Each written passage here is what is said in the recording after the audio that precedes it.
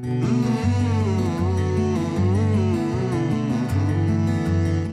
Hello, welcome to care food and travel. നിങ്ങൾക്കൊപ്പം ഞാൻ ബിന്ദു. ഇന്ന് നിങ്ങൾക്കായിട്ട് പരിചയപ്പെടുത്തി തരുന്നത് ഒരു കടലക്കറിയാണ്. കടലക്കറി പെട്ടെന്ന് ഉണ്ടാക്കാവുന്ന കടലക്കറി. ഒരു അരമണിക്കൂറിനുള്ളിൽ കടലക്കറി ഉണ്ടാക്കാം. നമുക്ക് പുട്ടുമായിട്ടൊക്കെ കഴിക്കാവുന്ന സ്വാദിഷ്ടമായ ഒരു കടലക്കറിയാണ്.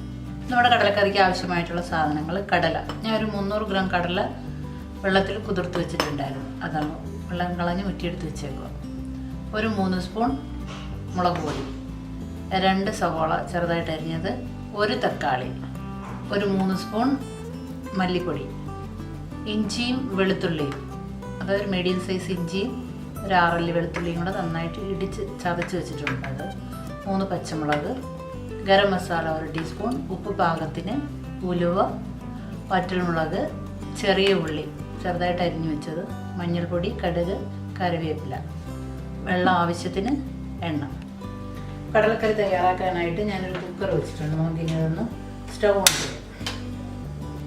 കുക്കർ ചൂടായി വരുന്നതേ ഉള്ളൂ. എപ്പോഴും എണ്ണ ഒഴിക്കുമ്പോൾ തണുത്ത പാത്രത്തിൽ എണ്ണ ഒഴിക്കുക. നന്നായിട്ട് പാത്രം ചൂടായതിന് ശേഷം തീ ചെറുതായിട്ട് കുറച്ചിട്ട് എണ്ണ ഒഴിക്കും. അപ്പം നമ്മുടെ കുക്കർ നന്നായിട്ട് ചൂടായിട്ടുണ്ട്. ഇനി ഇതിലേക്ക് എണ്ണ ഒഴിച്ചു കൊടുക്കുക. എണ്ണ വളരെ കുറച്ച് എണ്ണയാണ് ഒഴിച്ചിട്ടുള്ളത്. ജസ്റ്റ് പൊടികളൊന്ന് വഴറ്റിയെടുക്കാൻ വേണ്ടി മാത്രമേ എണ്ണ ഒഴിച്ചിട്ടുള്ളൂ. തീ ഒന്ന് കുറച്ച് കൊടുക്കാം. ഇനി നമുക്ക് ഇതിലേക്ക് നമ്മുടെ പൊടികൾ ചേർത്ത് കൊടുക്കാം. ഞാൻ എണ്ണ മാത്രമേ ഒഴിച്ചിട്ടുള്ളൂ. ഇതിലേക്ക് മുളക് പൊടി, ഒരു 3 സ്പൂൺ മുളക് പൊടി. തീ നന്നായിട്ട് കുറച്ചിട്ടുണ്ട്. പൊടികൾ ഇടുമ്പോഴത്തേക്ക് തീ എപ്പോഴും നന്നായിട്ട് കുറയ്ക്കണം. അതായത് പൊടിയെല്ലാം കരിഞ്ഞു.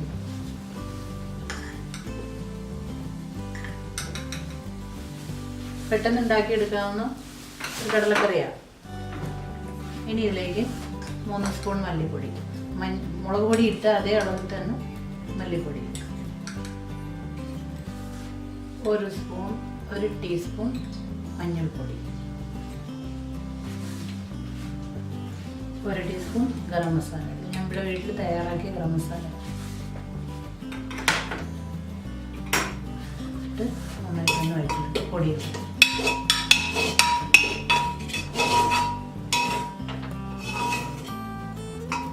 പൊടി നന്നായിട്ട് വഴറ്റിട്ടുണ്ട്. ഇനി നമുക്ക് തീ ഓഫ് ചെയ്യാം. ഈ പണി കിട്ടും, കരിഞ്ഞു പോകും. ഇതിലേക്ക് നമുക്ക് നേരത്തെ ഞാൻ 300 ഗ്രാം കടല വെള്ളത്തിട്ട് കുതിർത്ത് വെച്ചിട്ടുണ്ട്. ആ കടല ഇട്ടു.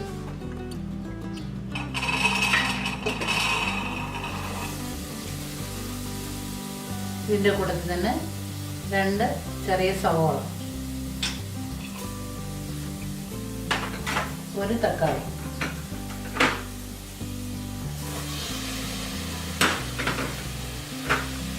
ഒരു 3 പച്ചമുളക്,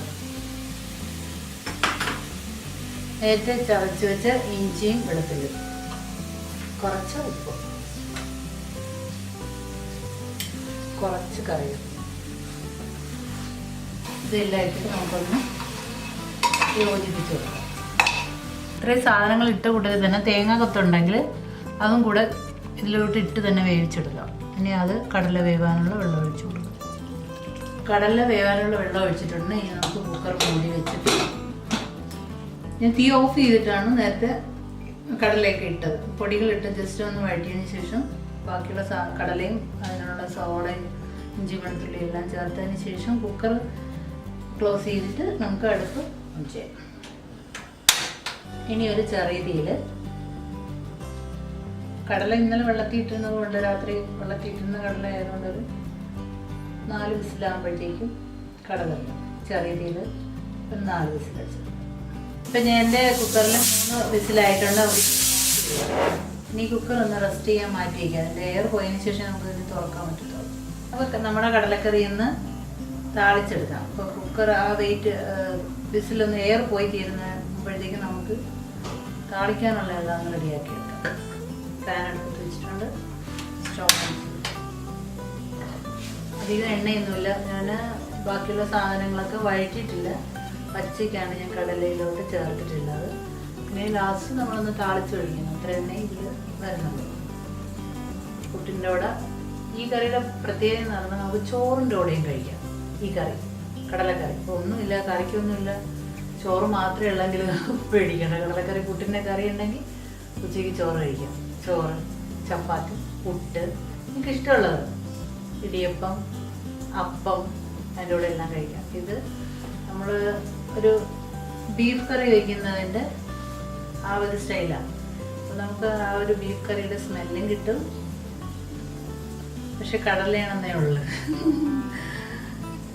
പുട്ടും കടലക്കറിയും രാവിലത്തേക്ക്. പാൻ ചൂടായിട്ടുണ്ട്. ഇനി അതിലേക്ക് എണ്ണ ഒഴിച്ചു കൊടുക്കാം. എണ്ണ ചൂടായിട്ടുണ്ട്. ഇതിലേക്ക് കുറച്ച് കടുക്,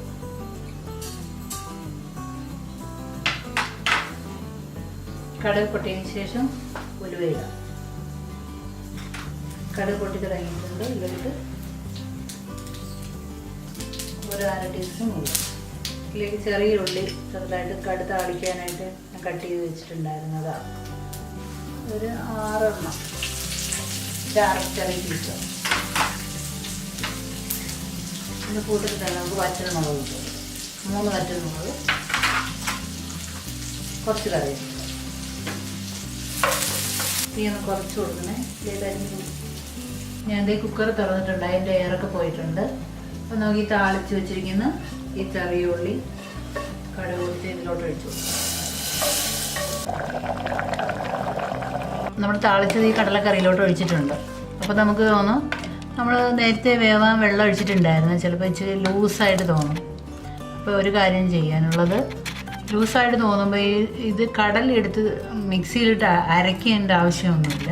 ഇപ്പം നമ്മൾ വെന്ത കടല, ആ കടല തന്നെ എടുത്തിട്ട് നമ്മുടെ ഈ കുക്കറിൻ്റെ സൈഡിലോട്ട് നമ്മുടെ ഈ സ്പൂണൊന്ന് കമിഴ്ത്തി പിടിച്ചിട്ട് കടല ഇതിലോട്ട് ചേർത്ത് വെച്ച് ഒന്ന് അമക്കിയാൽ മതി. അങ്ങനെ ഈ മുകളിൽ കിടക്കുന്ന കടല, കുറച്ച് കടല ഇങ്ങനെ ഒന്നാക്കുമ്പോൾ നമ്മുടെ ഒരു 5 മിനിറ്റ് കഴിയുമ്പോഴത്തേക്ക് കടല നന്നായിട്ട് കുറുകിയിരിക്കും, ചാറ് നന്നായിട്ട് കുറുകിയിരിക്കും. മിക്സിയിൽ അടിച്ചിനി നിങ്ങൾക്ക് അതിൻ്റെ പണിയും കൂടെ തരുന്നില്ല. പിന്നെ മിക്സി കഴുകാൻ നിൽക്കണം, അതിൻ്റെ ആവശ്യമില്ല. വെന്ത കടലയാണ് ഇതിലോട്ട് വെച്ചിട്ടൊന്ന് ഇങ്ങനെ ചെയ്ത് കൊടുത്താൽ മതി. ഒരു 5 ഒത്ത് കടല നന്നായിട്ടൊന്ന് ഇതിൽ വെച്ച് അരങ്ങി കൊടുത്താൽ മതി. ദേ ഇപ്പോൾ കടലക്കറിയില്ല, വെള്ളം ലൂസായിട്ടിരുന്ന് മാറിയിട്ടുണ്ട്, നന്നായിട്ട് കുറുകിയിട്ടുണ്ട്.